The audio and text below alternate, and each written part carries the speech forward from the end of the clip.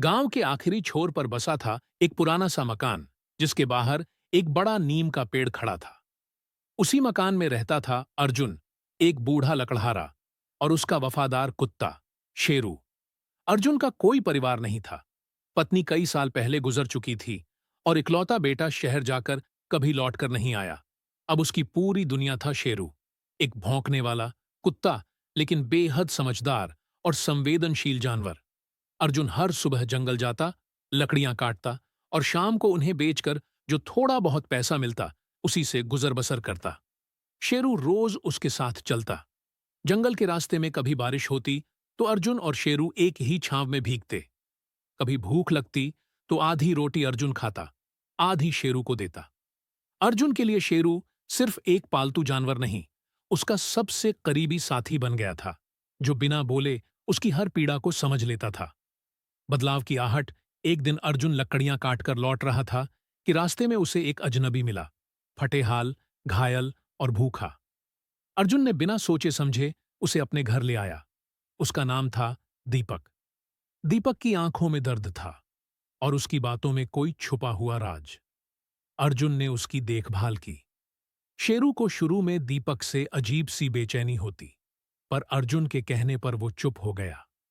धीरे धीरे दीपक की तबीयत ठीक होने लगी, लेकिन उसका मन अब भी किसी बोझ से दबा था। एक रात दीपक ने रोते हुए अर्जुन से कहा, बाबा, मैं झूठ नहीं बोलूंगा। मैंने जिंदगी में बहुत गलतियां की हैं। एक बार पैसे के लालच में मैंने एक मासूम की जान ले ली थी। भागते भागते यहां आ गया, पर वो चीखें मेरे कानों में अब भी गूंजती हैं। अर्जुन ने गहरी सांस ली। उसकी आंखें डबडबा गईं, पर उसने दीपक का हाथ पकड़कर कहा, बेटा, इंसान गलतियों से ही सीखता है। अगर तुझे पछतावा है तो अब कुछ अच्छा कर। जिंदगी हर किसी को दूसरा मौका देती है। शेरू पास बैठा था, जैसे वो भी इस बोझ को समझ रहा हो। दीपक ने फैसला किया, वो अर्जुन के साथ ही रहेगा, ईमानदारी से मेहनत करेगा। अब तीनों, अर्जुन, शेरू और दीपक, एक परिवार बन गए थे। अर्जुन को जैसे बेटे की कमी पूरी होती लगने लगी। दीपक ने जंगल में लकड़ियां काटने में उसकी मदद करनी शुरू कर दी, पर खुशियां ज्यादा दिनों तक ठहरती नहीं। एक दिन जंगल में लकड़ी काटते समय अर्जुन एक ऊंचे पेड़ से गिर गया। पैर बुरी तरह टूट गया और चलना मुश्किल हो गया। अर्जुन अस्पताल नहीं जा सकता था, पैसे नहीं थे। गांव के डॉक्टर ने कह दिया, अब उन्हें पूरी तरह आराम की जरूरत है।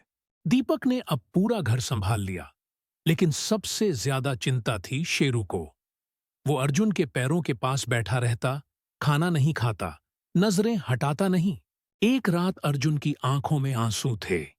उसने शेरू के सिर पर हाथ फेरते हुए कहा, शेरू, तू ना होता तो मैं कब का टूट गया होता। शेरू ने उसकी हथेली चाट ली, जैसे कह रहा हो, मैं हमेशा हूं बाबा। कुछ हफ्तों बाद दीपक को शहर से बुलावा आया। पुराने जानकारों ने उसे ईमानदारी से काम करने का मौका दिया था। वो असमंजस में था, अर्जुन और शेरू को छोड़कर जाना क्या सही होगा। अर्जुन ने कहा, जा बेटा, ये मौका तुझे मिला है अपने अतीत को सही करने का। यहां हम हैं, शेरू और मैं। तू आगे बढ़। दीपक की आंखें भर आईं। उसने शेरू को गले लगाया। शेरू, बाबा का ध्यान रखना। शेरू ने फिर चुपचाप सिर झुका दिया, जैसे वो सब समझ रहा हो। दीपक चला गया, लेकिन हर महीने पैसे भेजता और फोन करता।